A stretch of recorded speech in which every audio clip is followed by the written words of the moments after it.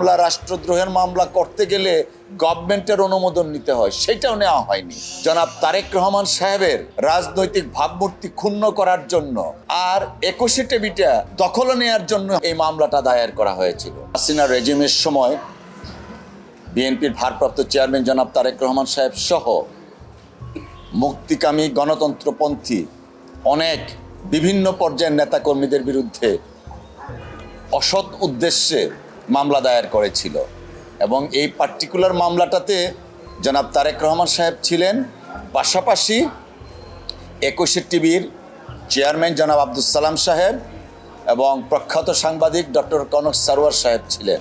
ওনাদের বিরুদ্ধে অভিযোগ ছিল রাষ্ট্রদ্রোহীর অভিযোগ।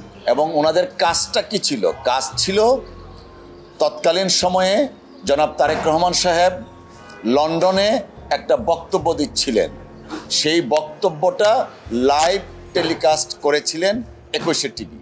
21 টিভির অপরাধ ছিল কেন জনাব তারেক রহমান সাহেবের বক্তব্য লাইভ টেলিকাস্ট করা হলো।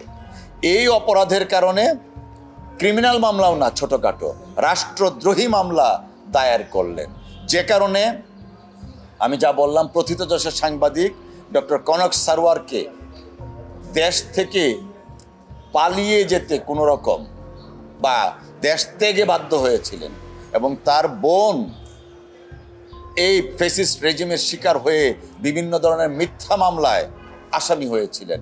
সালাম সাহেব তিনিও দেশ থেকে বাধ্য হয়েছিলেন। পাশাপাশি আমরা জানি 21 টেলিভিশনটা হাসিনা তার মদতপুষ্ট লোকজন দ্বারা দখল করে নেন।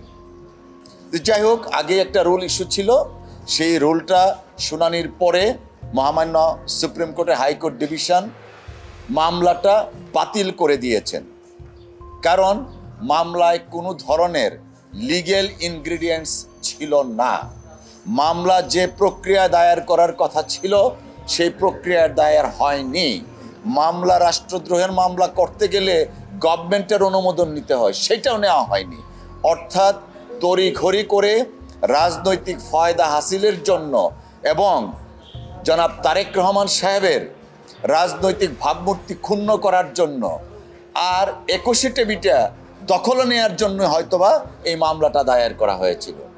আমরা মনে করি এবং তখনও বলেছিলাম, দেশ যখন আইনের শাসন কায়েম হবে এবং আইন অনুযায়ী যদি এই মামলার বিচার হয় তাহলে জনাব তারেক রহমান সাহেব সহ অপরাপর সকল আসামি বেকসুর খালাস পাবেন।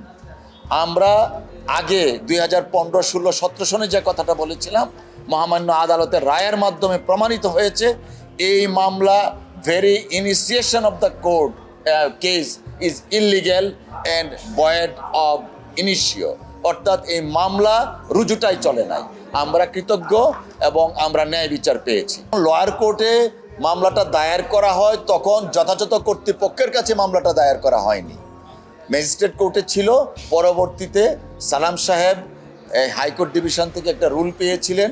রুলের শুনানির শেষে জনাব তারেক রহমান সাহেব সহ সকলের বিরুদ্ধে যে অভিযোগ ছিল প্রত্যেকটা রাষ্ট্রপক্ষ এবং আসামি পক্ষের যারা ছিলেন পূর্ণাঙ্গ শুনানির শেষে মহামান্য আদালত মামলা বাতিল করেছিলেন এবং আজকে সেই মামলার রায় আমরা পেয়েছি, ন্যায় বিচার আমরা পেয়েছি। রায়ে পর্যবেক্ষণ দেখুন, মামলার ইনিশিয়েশনটাই তো চলে না, ভয়েড অ্যাব ইনিশিও, অর্থাৎ রাষ্ট্রদ্রোহ মামলা দায়ের করতে গেলে যে প্রক্রিয়াটা অবলম্বন করতে হয়, হোম মিনিস্ট্রি থেকে পারমিশন নিতে হয়, কোনো কিছুই করা হয়নি। অর্থাৎ গায়ের জুড়ে রাষ্ট্রযন্ত্রকে ব্যবহার করে মামলাটা দায়ের করা হয়েছিল। শুধুমাত্র দুইটা কারণ, জনাব তারেক রহমান সাহেবকে রাজনৈতিকভাবে হেয় করা আর 21 টেলিভিশনকে সরকারের কন্ট্রোলে নেওয়া, এবং তারা সাকসেসফুলি সেটা করেছিল।